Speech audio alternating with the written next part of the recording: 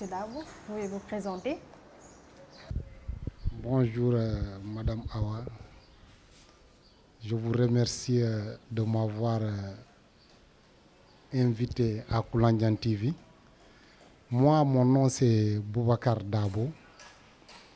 Je suis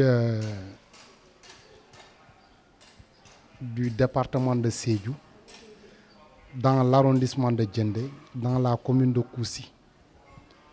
Et plus précisément dans le village de Bassaf. Je suis le responsable communal du mouvement Teki du président Mohamed Lamine Diallo. Voilà, donc de façon ramassée, c'est ça Boubacar Dabo. Alors Boubacar Dabo, aujourd'hui vous êtes responsable du mouvement Teki. Sur quoi repose ce choix politique après avoir été candidat sous la bannière de MPD liée aux élections locales? Effectivement, parce qu'aujourd'hui, avant d'abord qu'on se lance en politique, il y a certaines questions que nous nous sommes posées. Je le dis souvent qu'aujourd'hui, par exemple, pour les élections locales, là-bas, j'avais fait le choix d'aller avec MPD lié du professeur Alioune Sow. Parfois, en politique, il y a des alliés de circonstances.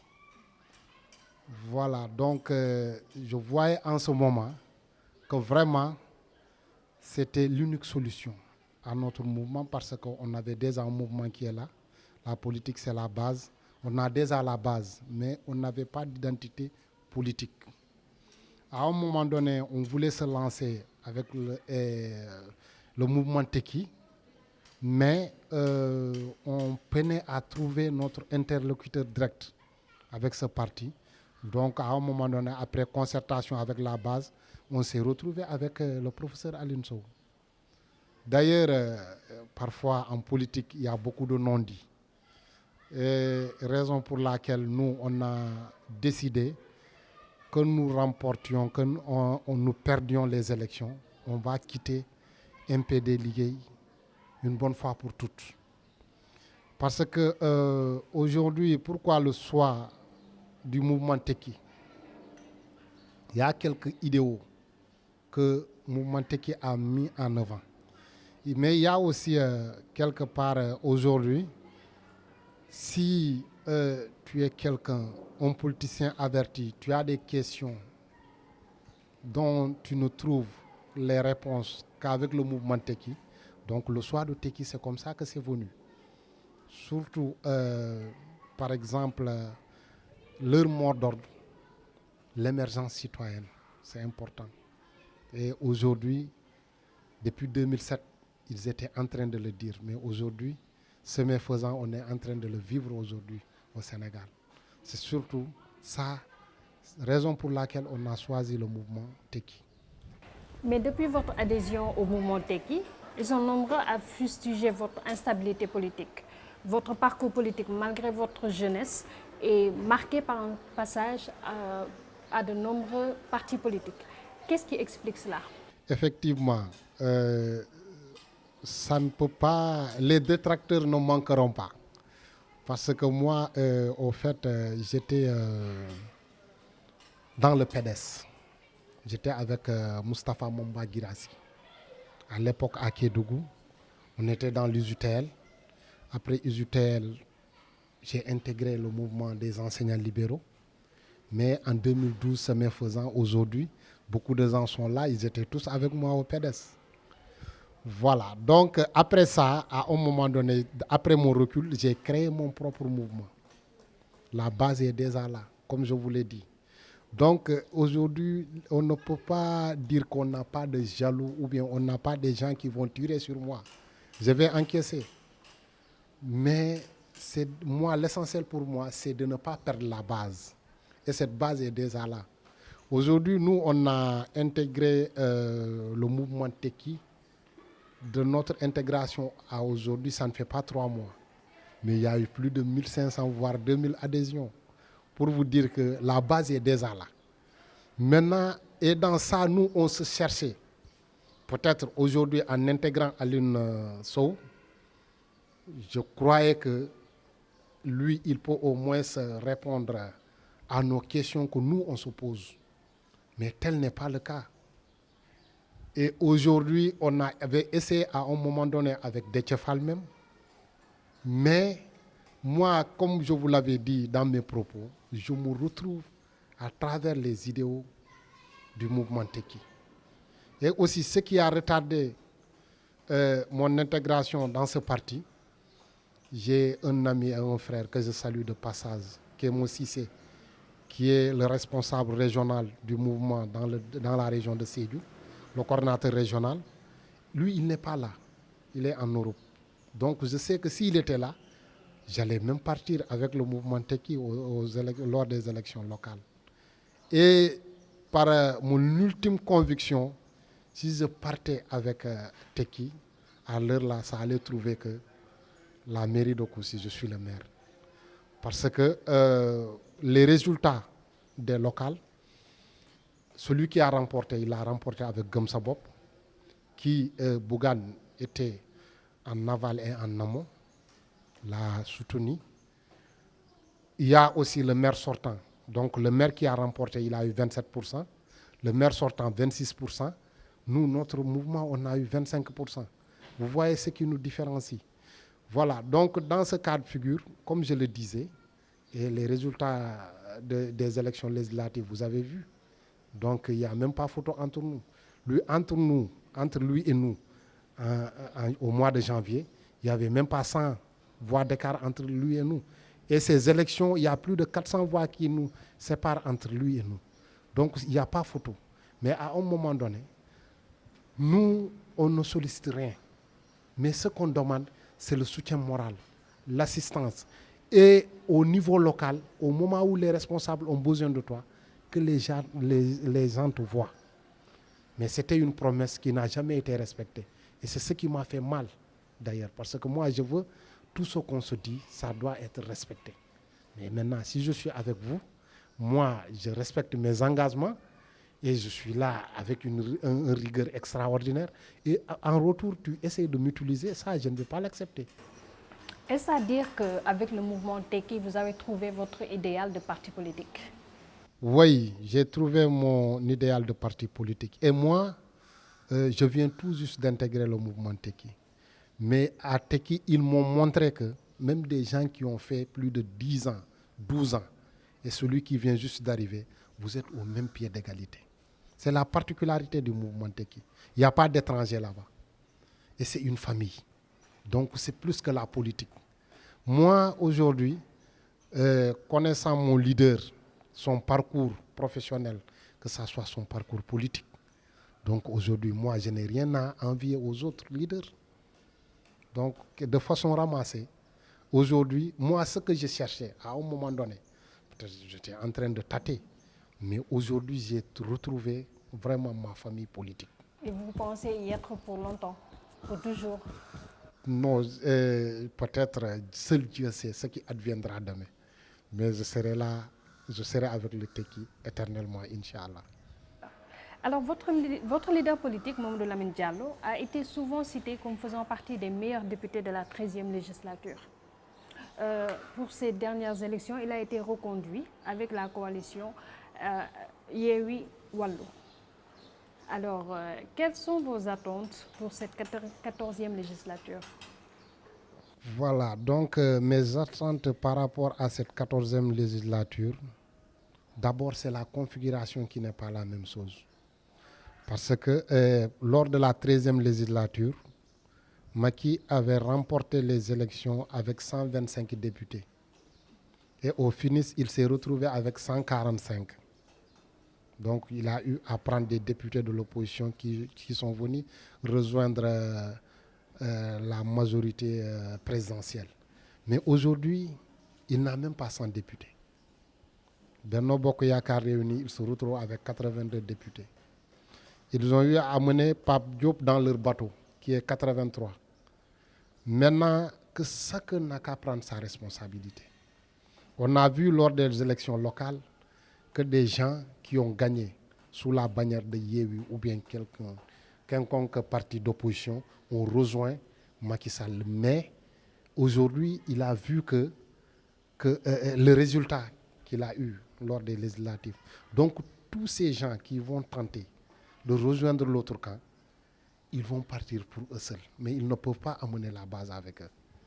Donc, aujourd'hui pour la 14e législature, je vais en venir. Si tous les députés, ou bien la majeure partie des députés, sont comme notre président, je sais que Sénégal, on aura une Assemblée nationale exemplaire. Mais les ralliements de l'opposition vers la majorité, on en voit encore. Est-ce que l'intercoalition Yewwi-Wallu n'est pas menacée? Comme on a vu des maires de l'opposition qui ont rejoint la majorité. Aujourd'hui, il y a des députés à peine élus qui changent de camp. Est-ce que ce n'est pas une menace pour cette coalition? Oui, ça peut être une menace dans un cas, mais dans un autre cas, ça ne peut pas être une menace. Parce que aujourd'hui, comme je vous disais, je peux me porter garant de mon leader. Je sais que par A ou B, il est ancré dans l'opposition et tout le monde le sait. Et il travaille pour ça.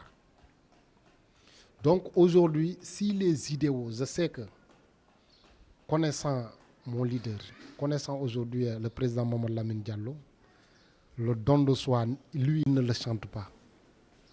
Ça fait partie de sa vie de tous les jours. Quelqu'un qui a sacrifié sa carrière bancaire, sa famille, sa propre personne pour l'émergence citoyenne. Et lui, il croit en ça. Donc celui-là ne va jamais, plus grand jamais, nous laisser en cours de route. Ça, je peux prendre la garantie. Quant aux autres députés, Barguet avait fait un point de presse. Tout le monde en parle. Maintenant, à un moment donné, il faut les laisser avec leur conscience. Parce qu'aujourd'hui, si vous voyez qu'ils ont été élus comme députés, parce que quelque part, ils nous ont présenté un projet et la population a cru à ce projet. Donc, après avoir été élus, si tu oublies que c'est les gens qui ont fait que jusqu'à ce que tu es arrivé là où tu es, et toi, tu te comportes autrement, ça aussi, vraiment, on verra la suite. D'accord. Maintenant, la question de troisième mandat. Alors, quelle est votre position là-dessus? Il y a la volonté de certains membres de la coalition Benno Bokk Yakaar qui réclament un troisième mandat. Quelle est votre position à ce sujet? Voilà, donc pour le troisième mandat, c'est un débat que vraiment moi, je ne m'apesante pas sur ça. Parce que pour moi, comme les Wolofs ont l'habitude de dire, Gorcha Wacha, c'est-à-dire ils l'ont dit, redit, Macky Sall lui en personne, il l'a dit. Pour moi, si au moins il pense un peu à cette population, à ses concitoyens, ça ne reste qu'un petit peu le respect de l'engagement. C'est-à-dire, il avait dit, redit, même si aujourd'hui la Constitution, on oublie la Constitution. Parce que cette Constitution-là, ils l'ont écrit, ils sont en train de nous imposer. Moi, pourquoi je ne me focalise pas sur la Constitution? Cette Constitution, c'est la Constitution française. Ça n'a rien à voir avec nos réalités. Si c'était nos réalités qui sont mises en avant, on ne va même pas parler de la Constitution. Mais nous, nos réalités, c'est la parole donnée. C'est-à-dire l'amour du prochain, être là pour la population. Mais ces textes-là, ce que je dis, aujourd'hui, lui, il le disait. Dans la Constitution, ils n'ont pas dit un mandat de 5 ans ou 7 ans. En son article 27, ce qu'ils ont dit, c'est très clair pour moi. Ce n'est pas l'appel de l'interpréter autrement. Et il faut éviter, parce qu'aujourd'hui je suis au pouvoir, je ferai ce que je veux. Demain, tu peux te retrouver de l'autre côté. C'est pour cela, parfois, je lance des pics à mes compatriotes du PDS. Il y avait un fameux décret ici, de Ousmane Ngom. qui interdisait les marches et consorts. C'est-à-dire, il y a un couloir qu'il faut pratiquer, l'autre couloir est interdit. Et maintenant, aujourd'hui, il n'y a pas Ousmane Ngom. Et si les gens du PDS là commencent à se lever, ceux du pouvoir les montrent ce décret-là. Donc Macky aussi doit prêter attention à ça. Avant lui, c'était d'autres qui étaient là. Au-delà de la Constitution, vous vous basez sur le respect de la parole donnée. Parole donnée. C'est-à-dire, lui, il a fait face aux Sénégalais. Et moi, je peux parler qu'on ne me considère pas. Mais quand un président de la République parle, c'est tout le monde qui écoute parce que c'est lui qui a les destinées de ce pays aujourd'hui. Et le chef d'État n'est pas n'importe qui. Parce qu'il peut changer le destin d'un homme entre la matinée et la soirée.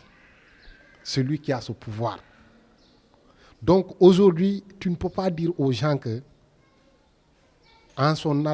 dans la Constitution, en son article 27, que nul ne peut faire plus de 2 mandats consécutifs. Nit, waxuñu président, waxuñu ministre, nit warul mun a ëppale ñaari mandat yu tegaloo. Donc tu ne peux pas nous dire ça. Et tu dis que même le mandat qui est en cours est trop, c'est trop. Il nous avait fait croire que lui, il va diminuer son mandat. Et il a fait, à chaque fois qu'ils veulent amener du flou autour d'eux. Et dans ce pays, ils font appel à cette constitution. Et cette constitution, il faut la respecter. Parce que cette constitution qu'on voit là, peut-être il y a eu des changements, mais est beaucoup plus âgée que Macky. Est beaucoup plus âgée que ces gens qui sont là. Et encore une fois, dans ce pays, il faut que ça s'arrête. C'est-à-dire ce qui nous lie est beaucoup plus important que ce qui nous différencie. Il faut oublier ces intérêts crypto-personnels-là. Ce n'est pas bon. Ça ne fait que c'est un éternel recommencement. Ce n'est pas bien. Maintenant, parlons de votre localité, Sédhiou qui bascule dans l'opposition. Selon vous, qu'est-ce qui peut expliquer ce changement? Cette question vraiment me met un peu à l'aise par rapport à ça. Parce que vous connaissant Sédhiou aujourd'hui, je dis qu'ils ont compris. Donc aujourd'hui, vous pouvez venir m'expliquer quelque chose. Et ce que vous êtes en train de m'expliquer, je maîtrise plus que vous. Ça qui est arrivé entre le pouvoir et la population de Sédhiou. Parce que Sédhiou, on ne peut pas être dans le département le plus pauvre du pays. À Koussine, c'est la commune la plus pauvre du Sénégal. Et vous vous permettez, au lieu au moins de venir assister cette population, vous les proposez des programmes, vous essayez de les donner de l'argent. Parce que je vous l'avais dit, en connaissance de cause qu'à Sédhiou, ils ont investi plus de 200 millions pour ces élections-là. Donc ça veut dire quoi? C'est des affamés, on vient, on les donne de l'argent, ils vont nous suivre comme du bétail qui va en pâturage. Donc aujourd'hui, Sédhiou a compris. Et j'ai dit que même si les élections là sont à refaire, parce que le maire Abou Diop, le ministre de la Culture, il avait dit des choses, mais Sédhiou lui a montré que nous ne sommes pas comme ça. Parce que lui, il croyait qu'avec son argent, il se permet de tout faire. Or que tel n'est pas le cas. Donc aujourd'hui, pour vous dire que ce qui est par exemple le vent qui a soufflé à partir de Dakar, en passant par Kaolack et consorts, est venu jusqu'à Sédhiou. Parce qu'à Sédhiou, c'est peut-être quelque part lors des élections locales, ce qu'on n'avait pas pu réussir lors des élections locales, le discours qu'on n'a pas pu tenir pour que au moins les gens puissent comprendre, c'est ce discours-là qu'on a tenu pour les élections législatives là et on a réussi. Je crois que c'est ça l'essentiel. L'objectif fixé au départ, c'est montrer au président Macky Sall que lui et ses ministres, que ce pays-là ne les appartient pas. Mais ce pays appartient aux gens de bonne foi, aux gens au moins qui pensent à la souffrance des Sénégalais. Des gens qui sont là pour un lendemain meilleur des Sénégalais. Mais on n'a pas besoin des hommes de pouvoir, donc circonstances. C'est-à-dire tu le fais quand ça sauve. Quand ça ne sauve pas, on ne te voit pas. On n'a plus besoin de ça dans ce pays. Si je vous comprends bien, c'est l'effet de l'émergence citoyenne tant prôné par votre leader Mamadou Lamine Diallo depuis 2007 qui commence à y prendre forme. Effectivement. Ce n'est pas seulement à Sédhiou. Aujourd'hui, Tekki, c'est au-delà de Sédhiou. Aujourd'hui, vous partez par exemple dans les quatre départements de la région de Tambacounda, Koupentoum, Goudiri, Bakel, Tambacounda, les 3 départements de la région de Kédougou et aussi les 4 départements de Kaffrine, les 3 départements de Kaolack, de Fatick. Donc un peu partout, parce que quelque part, il y a si Tekki a 2 étapes. La première étape était d'instaurer, essayer de fixer, et aujourd'hui on est en train de dérouler. Parce que Tekki, maintenant, même dans la diaspora. Donc c'est au-delà de ça. Et moi, ce que j'ai tendance à dire, nul n'est éternel. Et je prie d'ailleurs mon leader que Allah subhanahu wa ta'ala lui donne longue vie. Mais aujourd'hui, Tekki, ce n'est pas parce que Mamadou Lamine Diallo n'est pas là. C'est fini.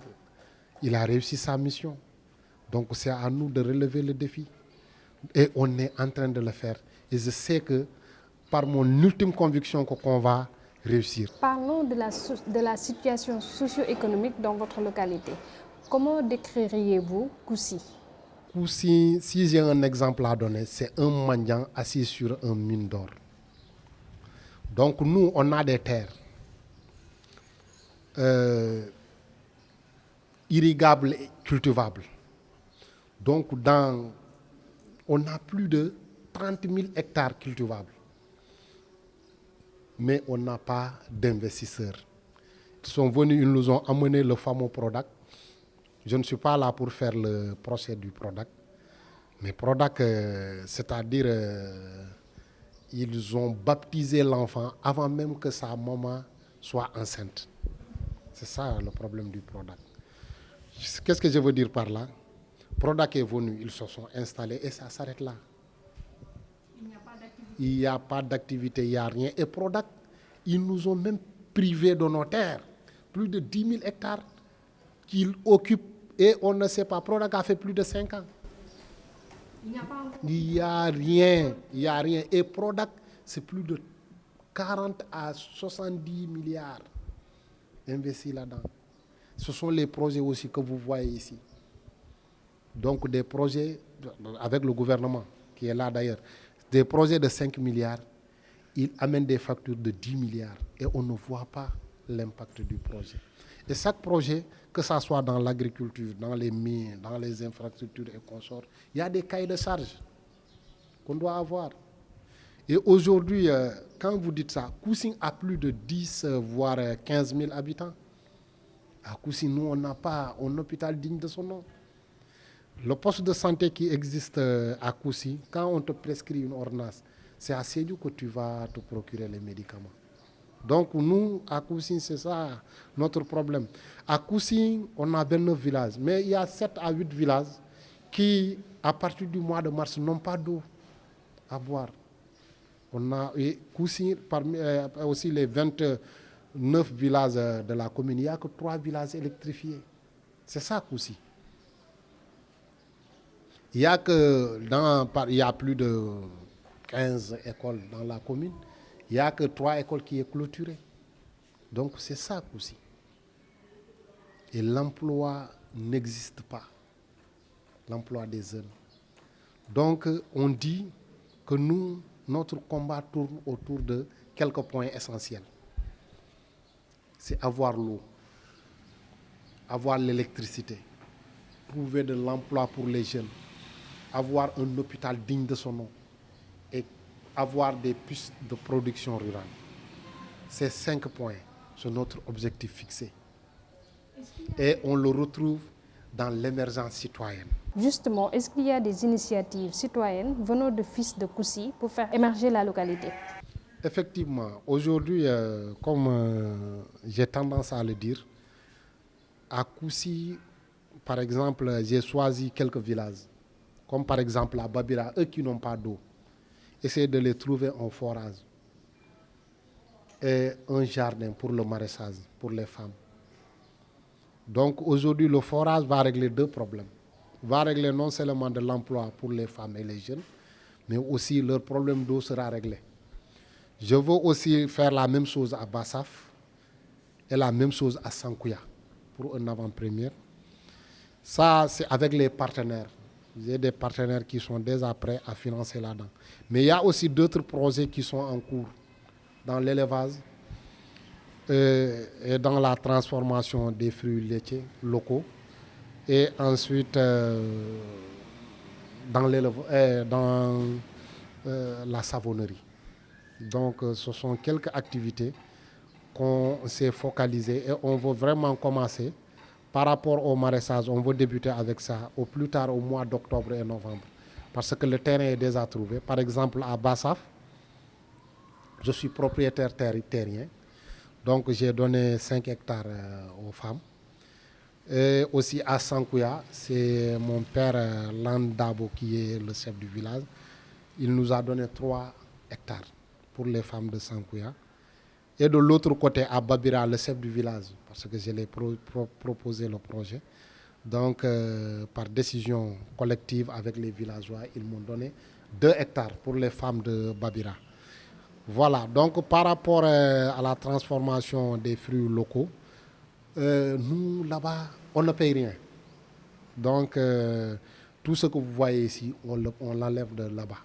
Donc, pourquoi pas commencer à réfléchir, même si c'est une petite usine qui va s'occuper de ça. Et c'est là aussi des propriétaires des jardins, des jeunes qui vont aller pour le ramassage et des jeunes qui seront au niveau de l'usine. Donc de façon ramassée à un moment donné, on est en train de créer de la valeur ajoutée. Donc aujourd'hui, c'est ça. D'ailleurs, raison pour laquelle je vous ai dit, nous, on s'est retrouvés dans ça. Parce qu'on ne peut pas dire qu'on se bat pour l'émergence citoyenne et il y a déjà qui est là, qui a déjà écrit son projet, qui a toujours pensé sur ça, qui s'est toujours focalisé sur ça et que nous, on ne se retrouve pas avec lui. Donc c'est ça. Aujourd'hui, il prône pour ça. Et nous, on ne faisait que parler. Et lui, il est déjà dans la pratique. Donc on vient le rejoindre. Donc c'est notre alliance avec lui. Et pour votre information, encore une fois, ce n'est pas que Teki, c'est mon dernier parti, mais Teki, j'y suis et j'y reste. Et ça, c'est pour l'éternité. Et comment se porte Teki à Koussi et dans la région de Sédhiou? Oui, et actuellement, pour vous dire, mine de rien, à partir du 13, de façon ramassée, Teki aura plus de 10 cellules dans la commune de Koussi, mine de rien. Donc aussi, c'est pareil pour les autres communes. Voilà, parce qu'il y a déjà des communes qui ont leurs cellules, on va les renforcer. Et là où on n'a pas de cellules, on continue. Et pour votre information aussi, il y a Kosanto qui attend Essabodala pour monter leurs cellules. Et dans Saraya commune, il y a aussi Missira Sirimana qui est en train d'attendre. Donc à un moment donné, nous sommes sur tous les fronts. Et si vous voyez notre leader, c'est ça, c'est-à-dire qu'il parle peu pour beaucoup agir. Donc c'est dans ça que nous sommes. Et on va se retrouver ici dans 2 ou 3 mois pour faire l'évaluation de ce que je suis en train de vous dire comme ça.